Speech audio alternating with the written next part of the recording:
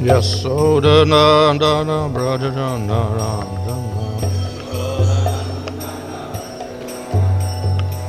Yamunatira Vandachari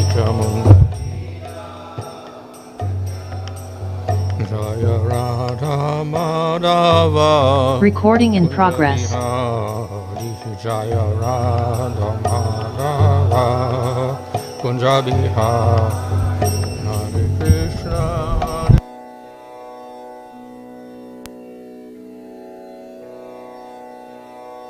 Hare Rama Hare Rama Rama Rama Hare Hare.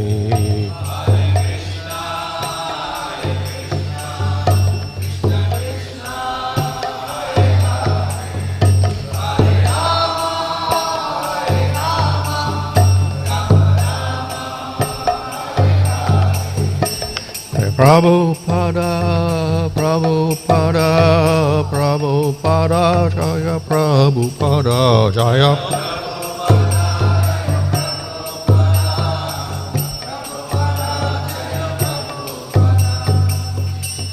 Māyāṁ Shabbat Bhadabhāṅ Smavrajagacharya Sadasi Sabadesi Bhaktivinoda Samsara Prabhupada Ki Jai Namaskar Haridas Thakur Ki Jai Prem Sangho Sri Krishna Chaitanya Prabhu Nityananda Sri Radha Gadadhar Swasti Gaur Bhaktivinoda Ki Jai Sri Radha Krishna Gopa Gopida Shama Mukunda Radha Kunda Giri Govardhan Ki Jai Shri Vrindavan Dham Ki Jai Navadam Ki Jai Ganga Jamuna Tulsi Bhakti Devi Ki Jai Adanta Koti Vaishnava Vrinda Ki Jai Samavet Bhakta Vrinda Ki Jai and Go Prevadanti. All glory to Sam on the bodies. All glory to Sam on the bodies. All glory to Sam on the bodies. All glory to Shri Guru and Shri Guranga. All glory to Shri Prabhupada. Om Namo Bhagavate Vasudevaya. Om Namo Bhagavate Vasudevaya.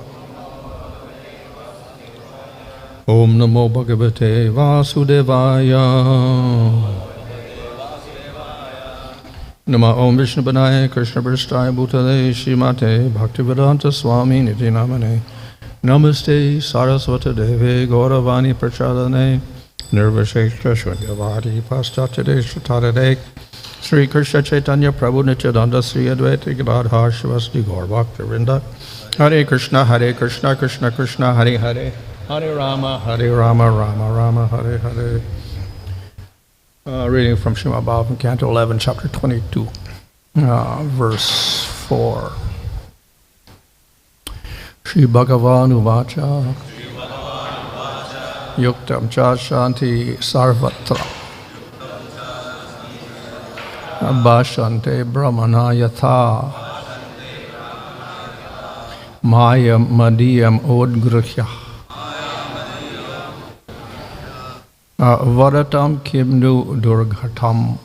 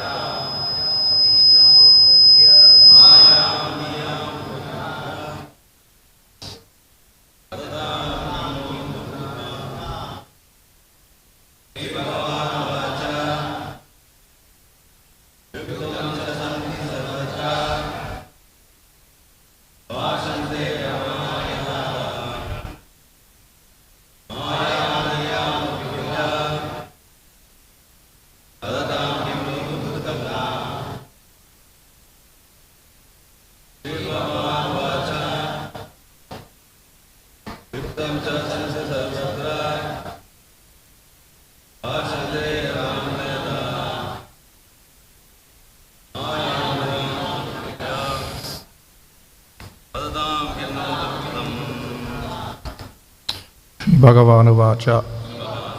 The Supreme Personality of Godhead said, yuktam, reasonably, cha, even, santi. They are present, sarvatra, everywhere, and bhāṣante. They speak. Brāhmaṇā, brāhmanas, yathā, how, māyām, mystic energy, madīyām, my udgṛhya, resulting to vadatāṁ, of those who speak. Kim, what? No, after all, durghaṭam will be impossible. Translation, Lord Kṛṣṇa replied, because all material elements are present everywhere, it is reasonable that different learned brāhmanas have analyzed them in different ways.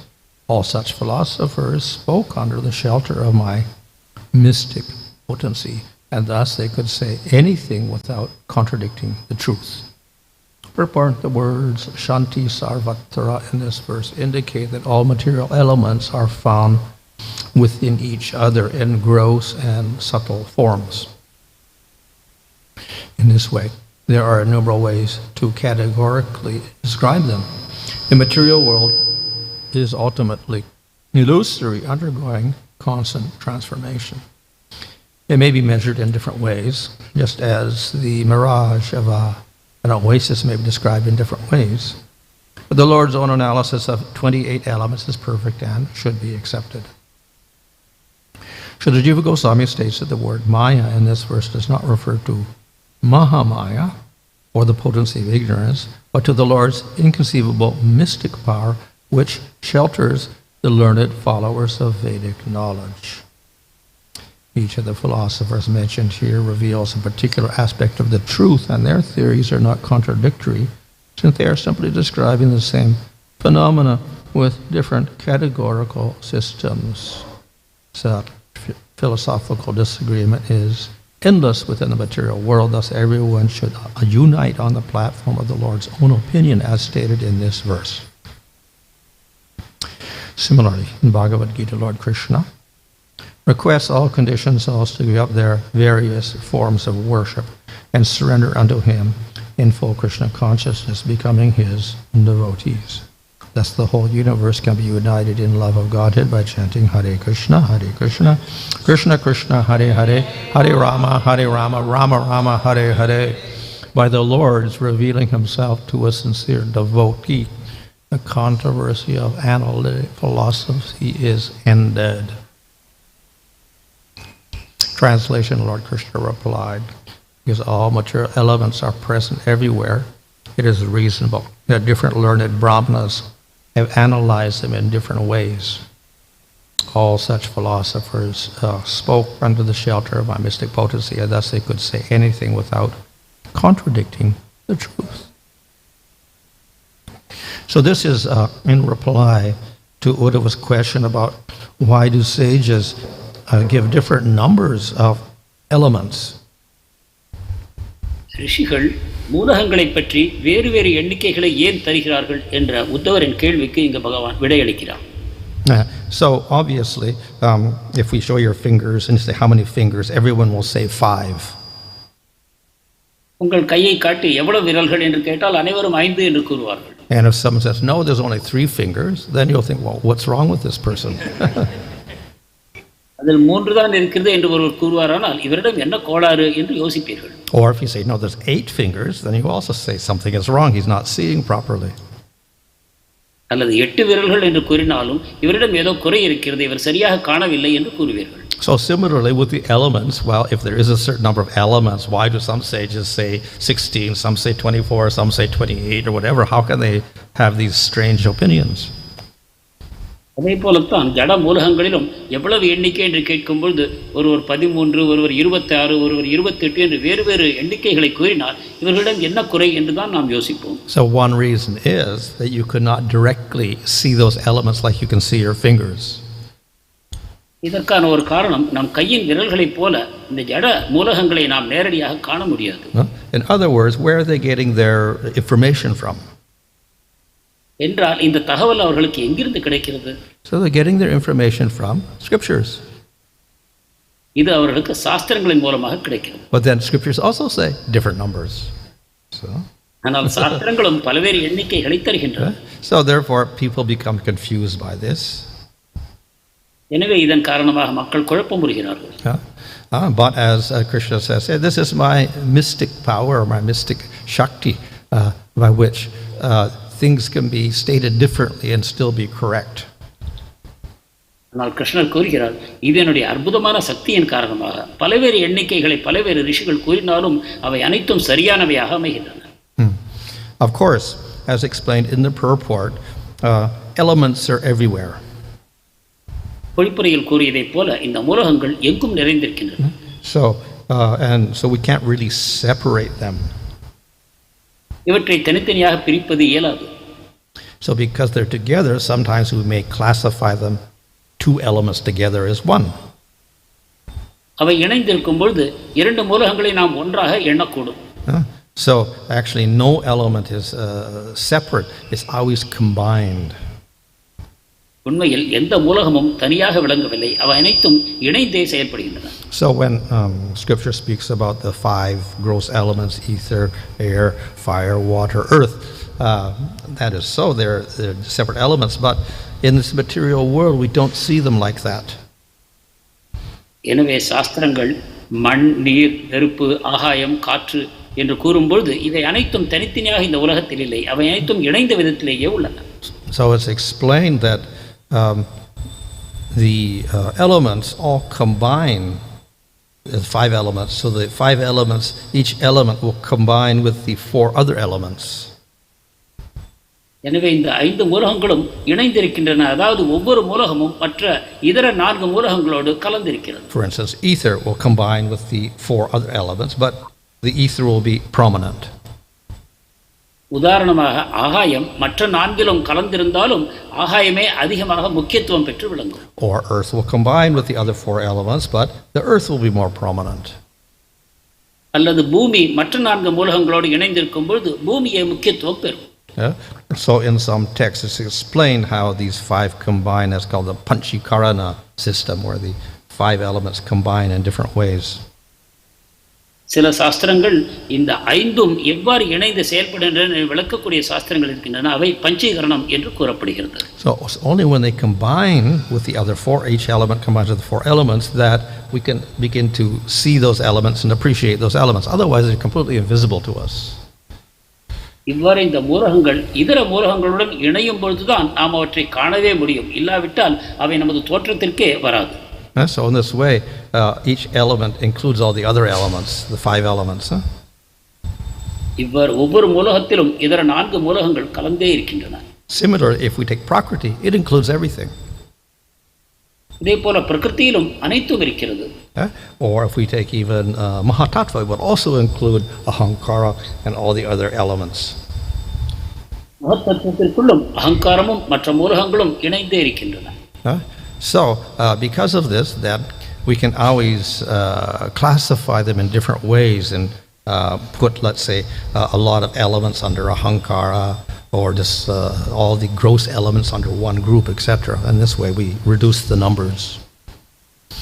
இதன் காரணமாக அவற்றை பலவிதமாக நாம் தொகுத்து கூற முடியும். உதாரணமாக அகங்காரத்திற்குள் சில மூலகங்களையும் மற்றும் சில ஸ்தூல விஷயங்கள் என்று வகுப்பின் கீழ் அதற்கின் கீழ் சில மூலகங்களையும் நாம் வகைப்படுத்த முடியும். Of course, ultimately we can include everything under one. இறுதியில் அனைத்தையும் ஒன்றாகவும் நாம் கூற முடியும். Of course, we can put everything under, all the material things under Prakriti, and that's all of its categories are merged into one element, Prakriti. இந்த ஜட பொருட்கள் அனைத்தையும் பிரகிருதி என்று ஒன்றாக இணைத்து கூற முடியும்.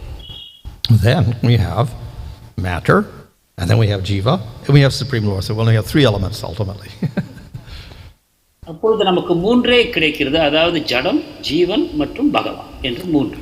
But then we also have only one element, Supreme Lord.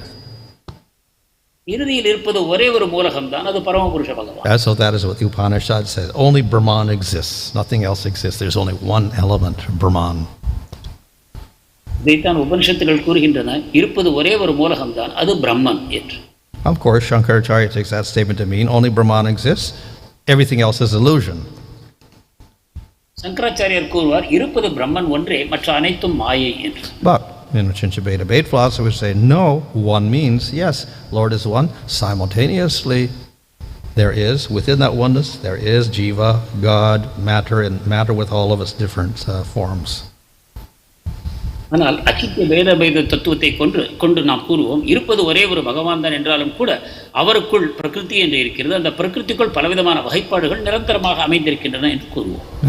So in this way, the Vedas also will make different statements. Yes, there's only one existence, Brahman, or then they'll say there is God, Jiva, and Prakriti. Then it becomes three, and then we can expand the Prakriti into more and more things like this, and we will get various systems of enumeration. இதே போலவே வேதங்களும் பலவிதமான வாக்கியங்களை தருகின்றன. சில சமயங்களில் இருப்பது ஒரே ஒரு பரமபுருஷர் என்று கூறும், அதே சமயத்தில் பரமபுருஷரிடமிருந்து ஜீவாத்மாக்களும் ஜடமும் வந்திருக்கிறது, எனவே மூன்றாகின்றன என்று கூறும். அதன் பிறகு அவற்றையும் பலவிதமாக விளக்கப்படுத்தி இன்னும் அதிகமான வகைமுறைகளை சாஸ்திரங்கள் நமக்கு தருகின்றன. Now, of course, in these systems, then, we should at least follow Scripture. ஆனால் இவற்றுக்குள் நாம் முக்கியமாக செய்ய வேண்டியது குறைந்தபட்சமாக சாஸ்திரங்களை பின்பற்ற வேண்டும். And we should not introduce some new elements or whatever that are not in the Scripture. சாஸ்திரங்களில் இல்லாத புதிய மூலகங்களை நாம் திணிக்க முயலக்கூடாது. So those who do this, they accept it, then at least they are acceptable. இதை ஒருவர் செய்வாரானால் அதை நாம் ஏற்றுக்கொள்ளலாம்.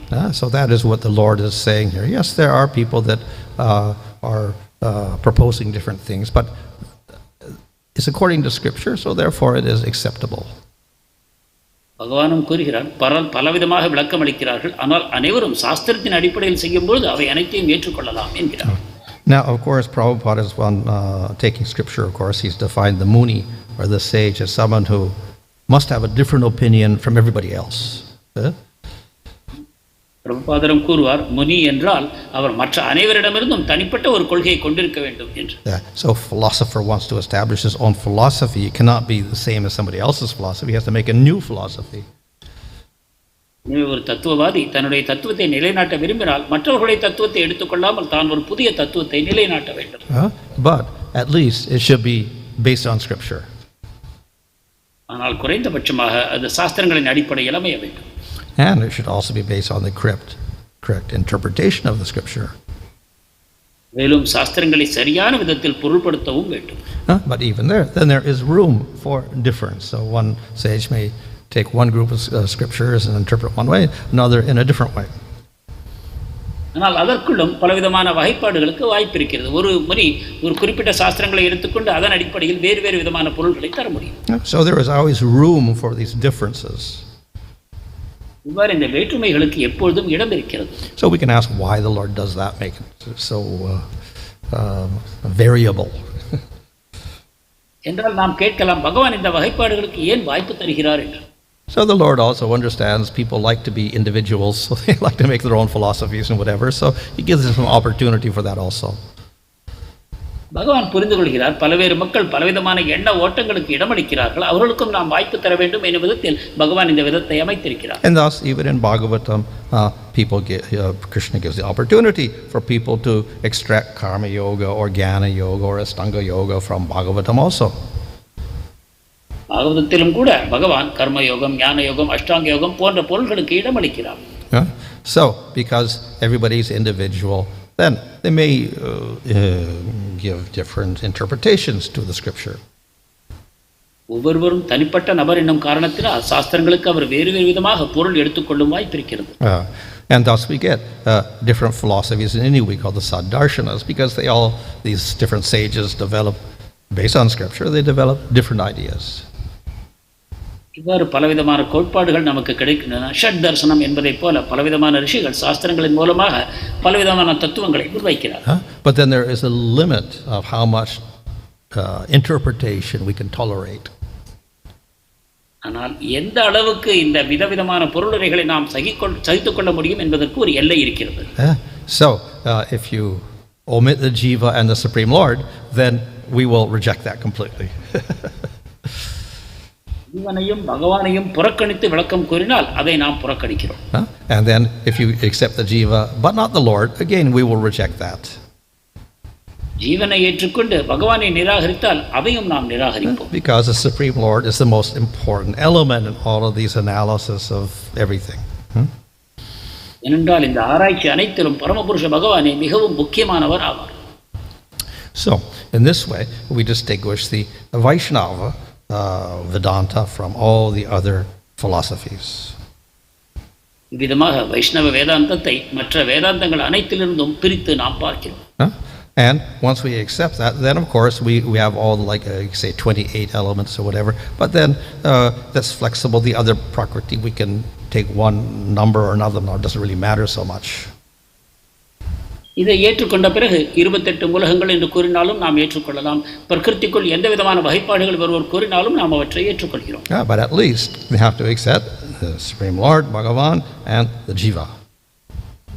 ஆனால் குறைந்தபட்சமாக பரமபுருஷ பகவானையும் ஜீவனையும் ஏற்றுக்கொள்ள வேண்டும்.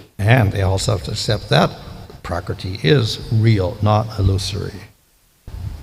மேலும் பிரகிருதி நிஜமானது, பொய்யானதல்ல என்பதையும் அவர் ஏற்க வேண்டும். And thus we get the different Vaishnava groups.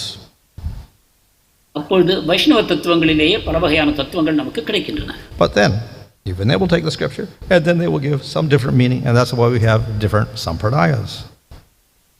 அவர்களும் அதே சாஸ்திரங்களை எடுத்துக்கொண்டு பலவிதமான பொருள்களை கூறுவதன் காரணமாக பல சம்பிரதாயங்கள் நமக்கு கிடைக்கின்றன. So they all accept the basic things, God, Jiva, matter, etc., and bhakti, but then the other things they will have some difference of opinion. அவர்கள் அனைவரும் அடிப்படையான பகவான், ஜீவாத்மா, பிரகிருதி மற்றும் பக்தி என்ற விஷயங்களை ஏற்றுக்கொண்டு மற்றவற்றை பலவிதங்களில் விளக்குகிறார்கள். So Kṛṣṇa allows this. கிருஷ்ணர் இதை அனுமதிக்கிறார். He doesn't say this is right and that is wrong. He allows them to. So therefore we say they have 4 bona fide Vaishnava sampradāyas. He doesn't say they're all wrong except our sampradāya. They're bona fide. ஒன்று சரியானது மற்றது தவறு என்று அவர் கூறுவதில்லை. அனைத்தையும் ஏற்றுக்கொள்கிறார். நம்முடைய கௌடிய வைஷ்ணவ சம்பிரதாயம் மட்டும்தான் சரியானது, மற்ற சம்பிரதாயங்கள் தவறானவை என்று அவர் வாதிப்பதில்லை. Nevertheless, then we also see we have statements in Chaitanya Charitamrita, if you don't accept Lord Chaitanya, then you are a rascal and a fool, like this. நாம் காண்போம், சைத்தன்ய மகாபிரபுவை பரமபுருஷராக ஏற்றுக்கொள்ளாவிட்டால் நாங்கள் உங்களை முட்டாளாக கருதுகிறோம் என்று நமது சாஸ்திரங்கள் சில சமயங்களில் கூறுகின்றன. So each sampradaya and their acharyas will defend their own beliefs and they will reject all the other ones.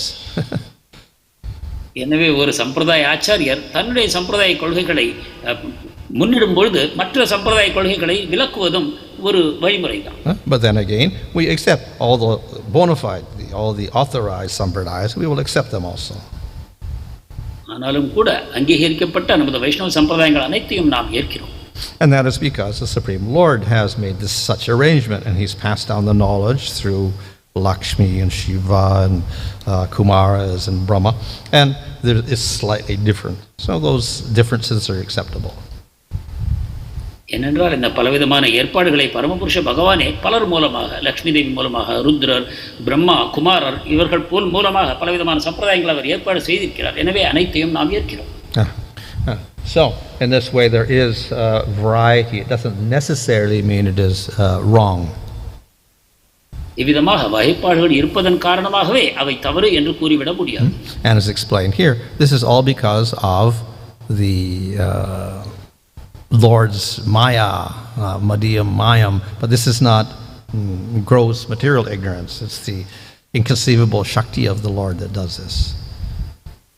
இது இங்கு விளக்கப்படுகிறது. இவை அனைத்தும் பகவானுடைய மாயா சக்தியினால் உண்டாகின்றன என்று கூறப்படுகிறது. அதே சமயம் இது பகவானுடைய புறமாயை அல்ல, பகவானுடைய அற்புதமான அச்சிந்திய சக்தியின் மூலமாகவே நடைபெறுகின்றன. Just like Chaitanya Mahaprabhu also accepts, the madhurya rasa is the highest rasa. Chaitanya மகாபிரபுவை பார்ப்போமானால் மாதிரி ரசமே உன்னதமான ரசம் என்று அவர் கூறுவார். So from that point of view, then okay, other rasa is useless. இதர ரசங்கள் அனைத்தும் பயனற்றவை என்ற முடிவுக்கு வருவோம். But then he doesn't condemn them also. ஆனால் அவற்றை அவர் கண்டித்து பேசுவதில்லை. And even if they want to worship somebody else, then Lord Chaitanya also permits that.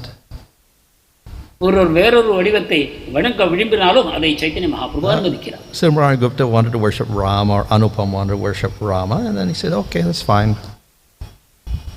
Murari குப்தரோ அனுபமரோ ராமரை வணங்க விரும்பிய பொழுது பகவான் அதையும் அனுமதித்தார். Or in South India, Venkat Bhatta was worshiping Narayana, so he also didn't oppose that. அல்லது தென்னிந்தியாவில் வெங்கட பட்டர் நாராயணர் வழிபட்டார், அதையும் அவர் எதிர்க்கவில்லை. So these differences are allowed. எனவே இந்த வேற்றுமைகள் அனைத்தும் அனுமதிக்கப்படுகின்றன. But then within the sampradāya, then we'll stick to one section, and we won't allow those differences to go into accepting what is in the other sampradāya. ஆனால் ஒரு சம்பிரதாயத்திற்குள் அதில் அனுமதிக்கப்பட்ட விஷயங்களை மட்டும் ஏற்றுக்கொண்டு மற்ற சம்பிரதாயங்கள் அதில் கலக்காமல் இருப்பதற்கு நாம் முயலுகிறோம். In other words, we don't replace Kṛṣṇa with Vishnu or something like that. அதாவது கிருஷ்ணருக்கு பதிலாக விஷ்ணுவையோ வேறொரு வடிவத்தையோ நாம் முன்னிறுத்துவதில்லை. So within the sampradāya then we will have certain standards also.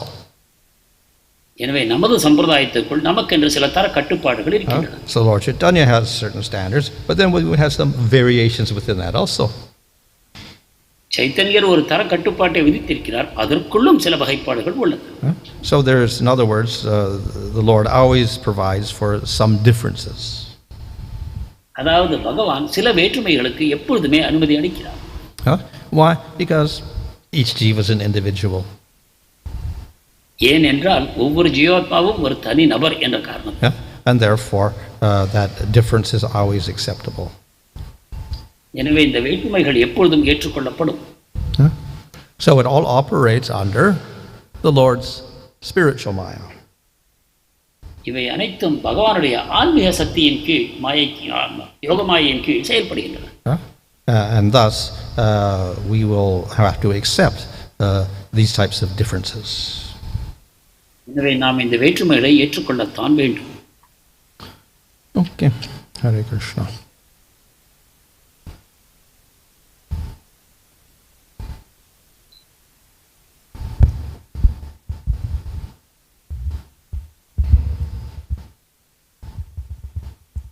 Maharaj Shankaracharya said, everything is Brahman, all other thing, everything is illusion. And he also contradicts his statement that his commentary on Vedanta Sutra does not help one at time of death to get liberation without worshipping Govinda. How you address this? சங்கராச்சாரியார் அனைத்தும் மாயை என்று கூறுகிறார், அதே சமயம் அவரே முரண்படுகிறார். இறுதியில் கோவிந்தரை நீ நினைக்காவிட்டால் எந்த பயனும் இல்லை என்று கூறுகிறார். Well, if we take Shankaracharya's incarnation of Shiva, Shiva's a devotee, then there's no problem for him saying that. சங்கராச்சாரியரை சிவபெருமானாகவும் Sivaperuman விஷ்ணுவுடைய பக்தர் என்றும் கொள்ளும் பொழுது இந்த முரண்பாடு ஏதும் நமக்கு இல்லை. So in other words, he presents one truth for people who want to be impersonal, another truth for people who are interested in the highest. அதாவது அருவவாதிகளுக்காக ஒரு தத்துவத்திலும் முக்கியமான நோக்கத்தை கொண்டவர்களுக்கு வேறு விதமான தத்துவத்தையும் அவர் வழங்குகிறார். However, those who are attached to the impersonal will explain his sentences about statements about Govinda in another way. ஆனால் அருவத்தில் பற்றுக்கொண்டவர்கள் சங்கராச்சாரியார் கோவிந்தரை பற்றி கூறக்கூடிய விளக்கத்திற்கும் வேறு விதமான பொருளை தருவார்கள். And they will point out, yes, he's written about Govinda, Kṛṣṇa, Durga, Shiva, and has so many different stotras like that. But it is all conditional for people in the material world, so they can worship 5 deities, which are ultimately illusion. That's all. So that's how they'll explain it. அவர்கள் கூறுவார்கள் கோவிந்தர், கிருஷ்ணர், துர்கா தேவி, சிவபெருமான், கணேசர் போன்ற பல விக்கிரகங்களுக்காக அவர் பலவிதமான ஸ்தோத்திரங்களை எழுதியிருக்கிறார். இந்த உலகத்தில் உள்ள பலவிதமான மக்களுக்காக அவற்றை எழுதியிருக்கிறார் என்று அவர்கள் பொருள்படுத்திக் கொள்வார்கள். It's not that he is misguiding people of worshipping. To one is accepting as everything Brahman, another one is he said people are fools if we don't worship Govinda. How is it then? இது தவறான வழிநடத்துதல் என்று நாம் கொள்ளக்கூடாதா? Well, his purpose was to keep people from becoming Buddhist. அவரது ஒரே நோக்கம் மக்களை பௌத்தர்களாக ஆகாமல் தடுப்பதே. So therefore he presented a philosophy was like Buddhism but accepted the Vedas. இதற்காக புத்திசத்தை போன்ற ஆனால் வேதங்களை ஏற்றுக்கொள்ளக்கூடிய ஒரு வழிமுறையை அவர் ஸ்தாபித்தார். So then people who had a taste for Buddhism said, okay, I want to accept the Vedas, so I'll accept Shankara's philosophy instead of Buddhism, which rejects the Vedas. எனவே புத்த மதத்தில் ஆர்வம் இருக்கக்கூடிய மக்கள் பரவாயில்லை, இங்கு சங்கராச்சாரியர் புத்த மதத்தை போன்றே ஒரு கொள்கையை தருகிறார், வேதங்களை ஏற்றுக்கொள்கிறார், எனவே நான் அவரை பின்பற்றுவேன் என்று அவர்கள் கூறலாம்.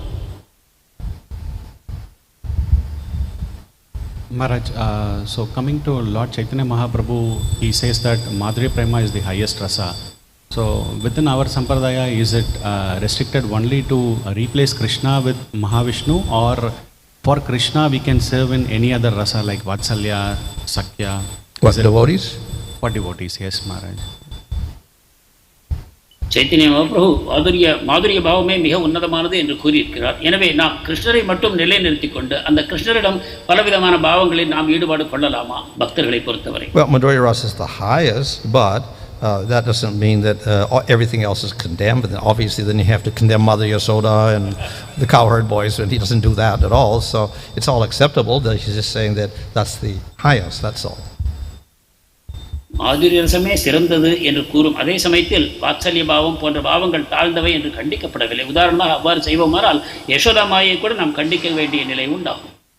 So there was a group of devotees, the followers of Nityananda, who were called the Dwadasa Gopals. They were previously cowherd boys, and then they became Lord Chaitanya's associates. So they had Sakya Rasa, and they developed a type of worship in Sakya Rasa, just as some have Madhurya Rasa and Raganuga. So they developed a Raganuga for Sakya Rasa, worshipping Sridham and Subal. Nityananda பிரபுவை பின்பற்றக்கூடிய 12 கோபாலர்கள், துவாதச கோபாலர்கள் என்று இருந்தார்கள். அவர்கள் சைத்தன்ய மகாபிரபுவின் நிலையிலும் வருகிறார்கள். அவர்கள் சக்கியபாவத்தில் பகவானோடு தொடர்பு கொண்டிருந்தார்கள். அப்பொழுது அந்த சக்கியபாவத்தின் மூலமாக பகவானை வழிபடுவதற்கு ஒரு ராகானுக வழிமுறையை அவர்கள் உண்டாக்கினார்கள். எனவே இதுவும் சக்கியபாவத்தின் கீழ் அமைகிறது. We don't have any examples of Vatsaya, but the whole of the Vallabha sampradāya is Vatsala. வாத்சல்யத்திற்கு இந்த தனிப்பட்ட வழிமுறையை நமது கௌடிய சம்பிரதாயத்தில் நாம் காணவில்லை. ஆனால் வல்லப சம்பிரதாயத்தில் பார்ப்போமால் அனைத்துமே வாத்சல்ய பாவத்திலேயே அமைகின்றன. Hare Krishna Maharaj, Mataji is asking, actually she got practiced to sing about Krishna in Narayaniyam. So is it acceptable here in this sampradāya? Narayaneeyam நம்ம கௌடிய சம்பிரதாயத்தில் அனுமதிக்கப்படுமா? She did what with Narayan? What? About Worship? Krishna's songs. Huh? Narayan? Is that the one written by Bhatta or something in Kerala? I don't think he was a Vaishnava, as far as I know. I think he was a Shivite or a Smarta or something. So I don't know if it's completely Vaishnava, maybe slightly impersonal. I'm not sure. Yeah, I don't know. I really don't know. Anyway, generally we don't go into other sampradayas. We accept the works in our sampradaya, which is enough. There's so many books in our sampradaya about Kṛṣṇa. We don't need to go outside. நாம் பொதுவாக நமது சம்பிரதாயத்துக்குள் இருக்கக்கூடிய நூல்களையே ஏற்றுக்கொள்கிறோம். இது நாராயண பட்டத்திரி எழுதிய நூல் என்றால் எனக்கு பொதுவாக அவரை ஒரு மாயாவாதத்தோடு தொடர்புடைய ஒரு ஆச்சாரியராக நான் காண்கிறேன். நமது சம்பிரதாயத்தில் வைஷ்ணவ சம்பிரதாயத்தில் சேர்ந்தவராக அவர் கூறப்படவில்லை. Maharaj, coming to Lord Shiva, when somebody who worships Lord Shiva and if they end up in Shivaloka, is that going to be eternal to serve Lord Shiva over there? Do they get any spiritual body in Shivaloka, something like that? Or how does it differ from our Goloka and Shivaloka? சிவனை வழிபட்டு சிவலோகத்தை அடைபவர் சாஸ்வதமாக ஒரு ஆன்மீக சரீரத்தை பெற்று சிவபெருமானுக்கு அவர்கள் வழிபாடுகள் செய்கிறார்களா? அது எந்த விதத்தில் நமது கோலோகத்திலிருந்து வேறுபடும்? So in Brahma Samhita there it describes that the Shiva's place is or Maheshdam is beyond the material world, so therefore it's eternal. பிரம்ம சமீதை சிவனுடைய தாமமாகிய மகேஷதாம் ஜட பிரகிருதிக்கு அப்பால் இருக்கிறது, அது நிரந்தரமானது என்று நமக்கு கூறுகிறது. And in the śrī-bhagavān, the Gopakumar also goes there, and it's beyond the material world. பிருஹத் பாகவதாமிருதத்திலும் பௌதிக உலகத்திற்கு அப்பால் இருக்கக்கூடிய மகேஷ தாமத்திற்கு கோபகுமார் செல்கிறார்.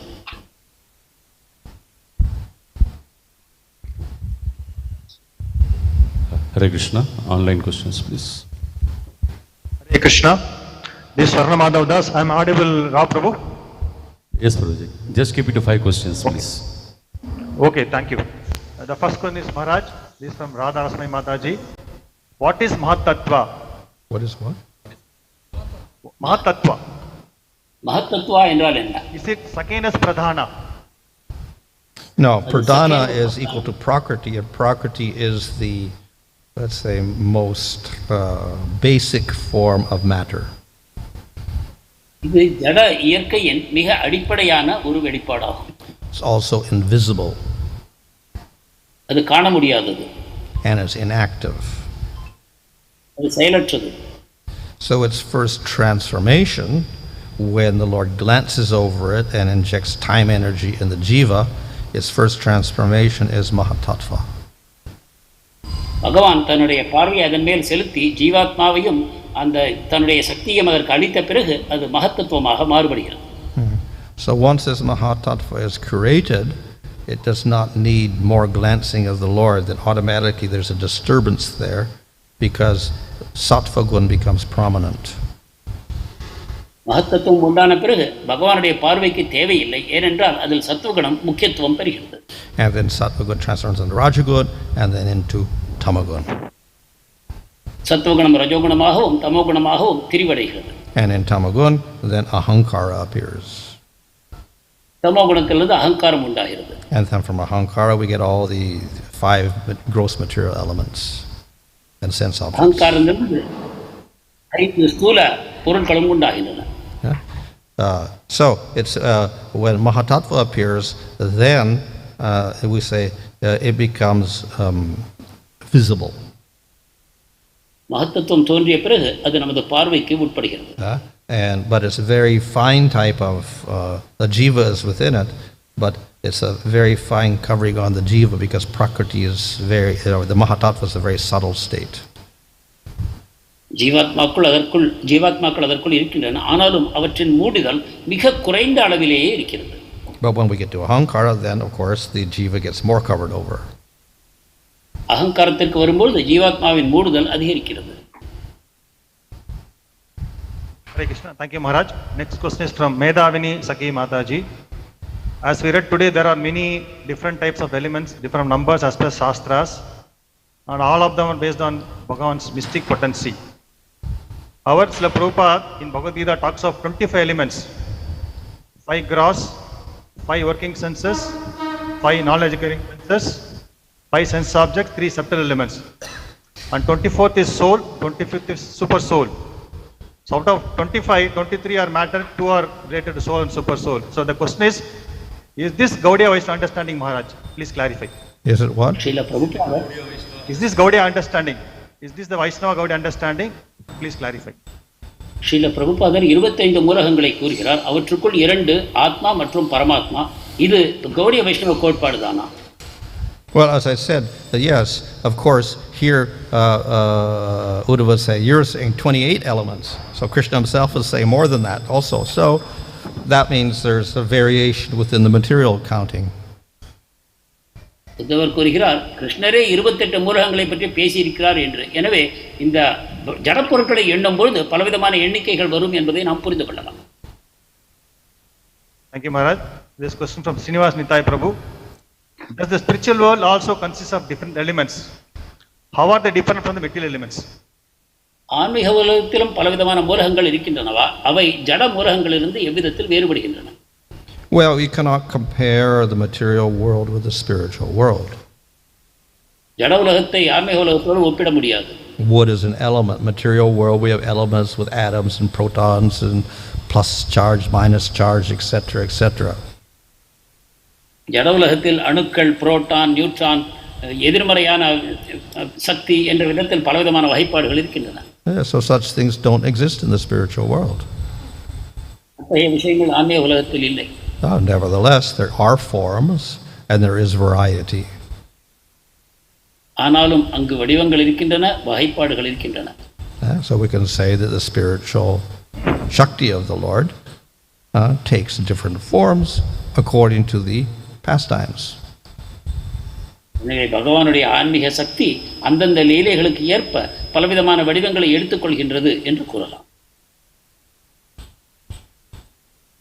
There's another question from Medhavani Mataji. Is there difference between serving eternally at Mahesdam and Golokadam, or is it the same? Between Golokadam and Mahesdam, is there a difference? A devotee serving eternally there. கோலோகதாமத்திற்கும் மகேஷ்தாமத்திற்கும் என்ன வேற்றுமை? Well, Maheshdam Is there is no devotee- Kṛṣṇa, it's Sorry, all Shiva.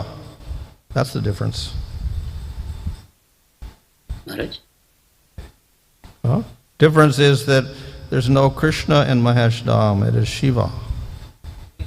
மகேஷ்தாமத்தில் கிருஷ்ணர் இல்லை, சிவன் மட்டுமே இருக்கிறார். இது ஒன்றே வேற்றுமை. Is there any way devotee in Mahesdam can go to Golokadam because Diva does not fall? Huh?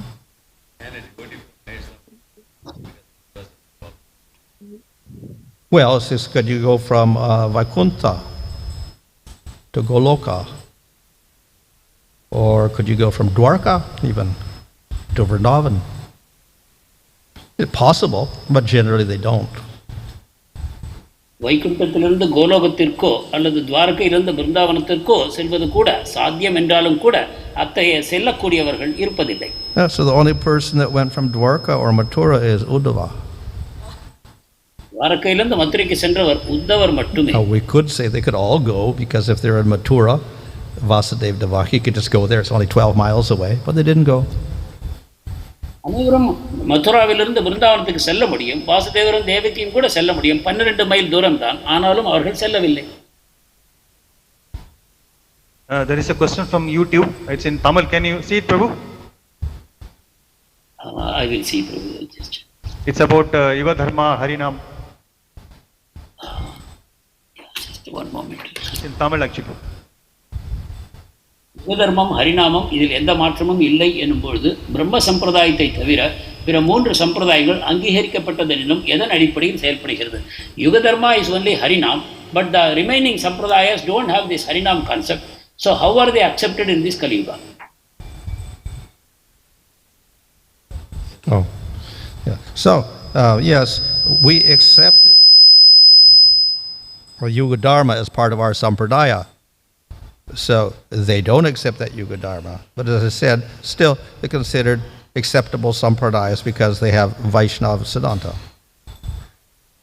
அவர்கள் யுக தர்மத்தை நமது சம்பிரதாயம் என்று பிரித்து விடுகிறார்கள். எனவே அவர்கள் ஏற்பதில்லை. ஆனாலும் அவர்கள் வைஷ்ணவ கோட்பாட்டின் அடிப்படையில் செயல்படுவதனால் நாம் அவர்களையும் ஏற்றுக்கொள்கிறோம். Now they do not reject kirtan or the name. மேலும் அவர்கள் கீர்த்தனத்தையும் நாமத்தையும் நிராகரிக்கவில்லை. But they don't make it their principal sadhana. ஆனால் அது அவர்களுடைய முக்கிய சாதனையாக அவர்கள் ஏற்றுக்கொள்ளவில்லை. Therefore, it will be more difficult to get to the highest levels of spiritual development. எனவே ஆன்மீக முன்னேற்றத்தில் மிக உச்ச தளத்தை அவர்கள் அடைவது கடினம். Kṛṣṇa Maharaj, there is a question. Outside Vedic scriptures like Christianity and Islam, is there any mention of this matter and number of material elements? கிறிஸ்துவ இஸ்லாம் போன்ற மதங்களில் இத்தகைய மூலகங்களை பற்றிய வர்ணனைகள் இருக்கின்றனவா?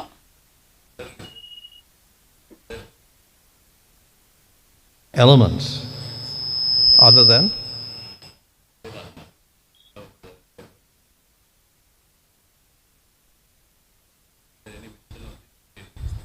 oh, well, probably not. I don't know. I don't think in the Bible there is. Old Testament and Quran, I doubt it. Huh? பைபிளில் அது இருப்பதாக எனக்கு தெரியவில்லை. பழைய ஏற்பாடு மற்றும் குரானில் இருப்பதாகவும் எனக்கு விவரம் இல்லை. I think the Greeks had a concept of elements.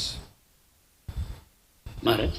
The Greeks had a concept of elements, so I think they have the 5 gross elements, something like not ether, but they have some of the elements like water, fire, etc., etc. So many groups have such analysis of elements, but not exactly 28 or whatever. கிரேக்க நாகரிகத்தில் இத்தகைய மூலகங்களை பற்றிய வர்ணனைகள் இருக்கின்றன. ஆனால் இவை சரியாக நமது 28 மூலகங்கள் அந்த அடிப்படையில் இருப்பதாக தெரியவில்லை. அவர்கள் ஈத்தர் என்பதற்கு பதிலாக வேறு ஏதோ ஒன்றை பயன்படுத்தினார்கள். மற்றபடி நிலம், நீர், காற்று போன்ற கொள்கைகள் அவர்களுக்கு இருந்தன. Hare Krishna. Rao Prabhu, can you take a couple of more questions? Just 2 more, bro. Okay, but anyway, this is not related to today's class. These general questions. In Nectar of Devotion, it stated that every arati we need to welcome the deities by standing up or bowing and dancing. But in Narsimha Arati we always sit down.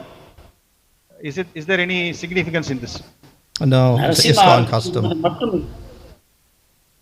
Narasimha ஆரத்தியின் போது மட்டும் நாம் ஏன் அமர்ந்திருக்கிறோம், மற்ற ஆரத்திகளின் போது எழுந்து நடனம் ஆடுகிறோம்? இதற்கு மகாராஜர் கூறிய பதில் இது நமது பொதுவான வழக்கம். It's just an ISKCON custom, but in some places they don't do an arti for Nrsimha then anyway. இது இஸ்கானுடைய வழக்கம் என்று கூறலாம். மற்ற சம்பிரதாயங்களில் நரசிம்மருக்கு என்ற விசேஷ ஆரத்தியும் நடப்பதில்லை.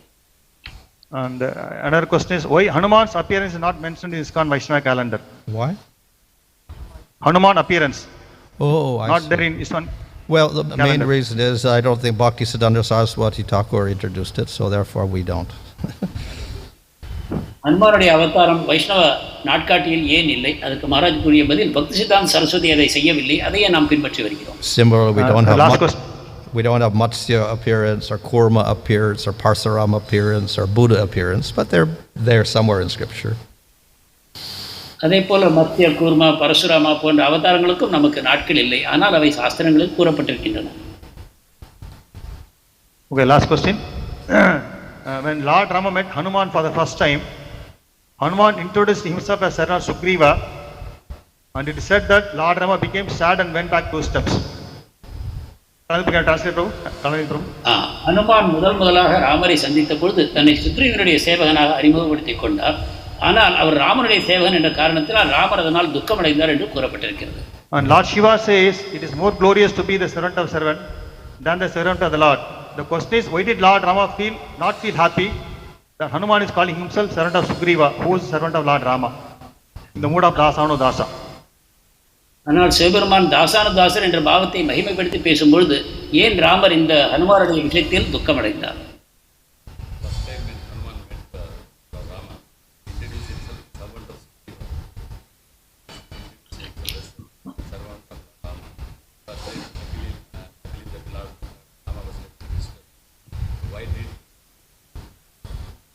Why he got?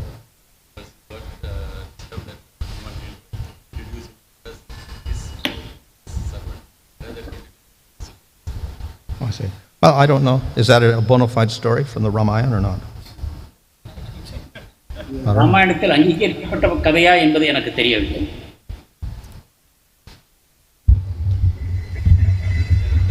Hare Krishna, thank you.